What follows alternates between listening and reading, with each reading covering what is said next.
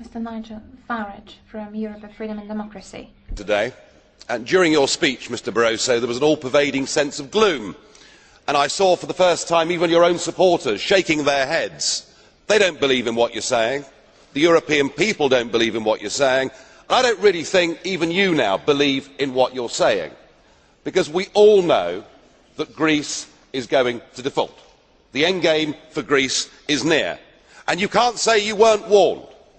You were told that the treaties were fatally flawed. You were all told that Greece should never have joined the euro. And when I stood up here 5 years ago and talked about Greek bond spreads, you treated me with such utter derision, it was as if I'd been let out of the local lunatic asylum. No, you've been warned all the way through.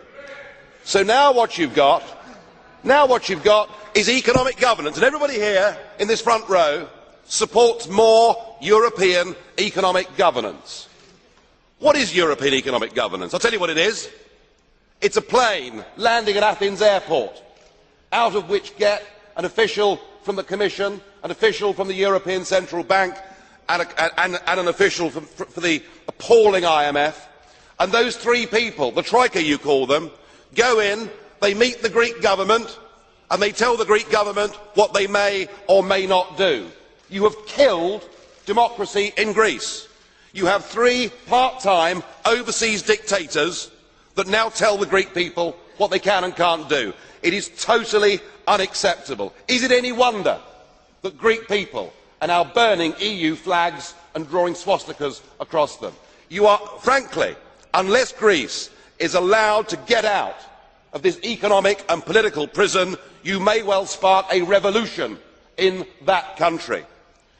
I suppose there is some good news at least, and that is that in Germany people are waking up. Right up to the President, people are saying all of this represents the death of democracy, none of this can work, and the German people simply will refuse in the end to pay the bill. Your one achievement is you have split Europe between north and south.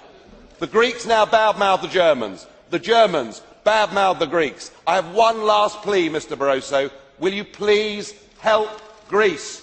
Help her to get her currency back. Help her to reschedule her debts. Help her out of the mess that you have put her into. Your policies have failed. Stand up, be a man, admit it.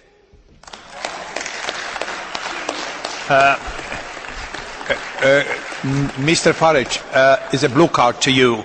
Do you agree? Okay. Pan Lambert. Mr. Lambert. Mr. Farage, you're a very good speaker here. I admire your skills, but I have one question to you. You said, well, basically by our dictator way of dictating to the Greeks what they have to do, we will spark a revolution over there. What I noticed over the summer is that the closest we got to a revolution was in the streets of London, and that's not part of the euro. So I'd like to see how you believe that we are going to get out if it's everyone on its own. Thank you. You're quite right. London has had some huge social problems, but they're not there today, are they?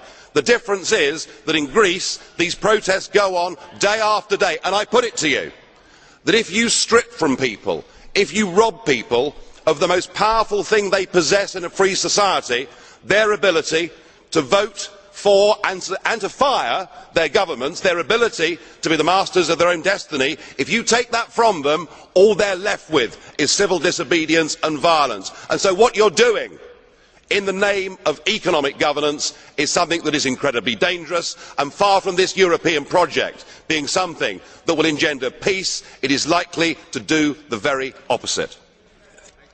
Dziękuję bardzo. Dziękuję panu.